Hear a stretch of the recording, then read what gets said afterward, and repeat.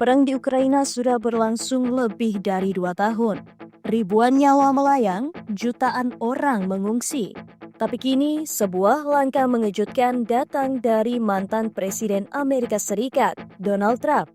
Trump mengaku akan menghubungi langsung Presiden Rusia, Vladimir Putin, untuk mengakhiri apa yang ia sebut sebagai pertumpahan darah. Apa sebenarnya rencana Trump? Apakah ini bisa menjadi awal dari akhir perang Ukraina? Pada Sabtu 17 Mei, Donald Trump mengumumkan bahwa ia akan berbicara langsung dengan Putin melalui sambungan telepon pada hari Senin 19 Mei. Dalam unggahan di platform Truth Social, Trump menyebut ingin mengakhiri pertumpahan darah di Ukraina dan akan melanjutkan pembicaraan dengan Presiden Ukraina Volodymyr Zelensky dan pejabat NATO. Trump juga menyerukan gencatan senjata 30 hari tanpa syarat. Langkah ini datang sehari setelah perundingan langsung pertama antara Rusia dan Ukraina sejak tahun 2022. Untuk pertama kalinya dalam lebih dari 3 tahun, perwakilan Rusia dan Ukraina bertemu langsung di Istanbul. Hasilnya, keduanya sepakat untuk menukar 1.000 tahanan perang, pertukaran terbesar sejak perang dimulai. Langkah ini disambut hati-hati, namun jadi sinyal positif bahwa diplomasi masih mungkin terjadi meski tipis.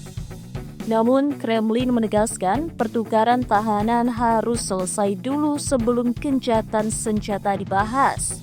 Di tengah diplomasi, kekerasan masih terus terjadi. Pada Sabtu dini hari, drone Rusia menyerang minibus sipil di Sami, Ukraina, menewaskan 9 orang dan melukai 5 lainnya.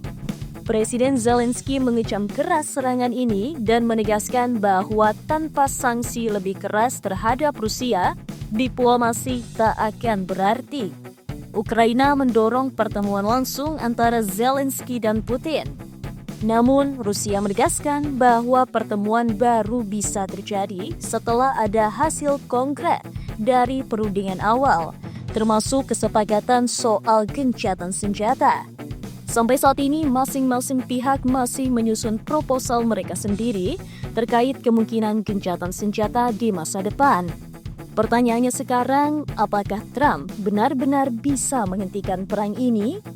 Sebagai mantan presiden dan kandidat kuat dalam pemilu 2024, langkah ini bisa saja menjadi bagian dari strategi kampanye. Tapi Trump juga dikenal punya hubungan unik dengan Putin selama masa kepresidenannya. Dan ia percaya hanya dengan dialog langsung konflik ini bisa dihentikan.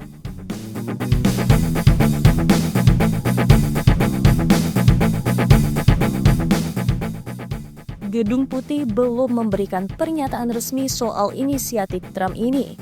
Namun, Menteri Luar Negeri Amerika Serikat, Marco Rubio, sudah berbicara dengan Menteri Luar Negeri Rusia, Sergei Lavrov, dan menyambut baik pertukaran tahanan.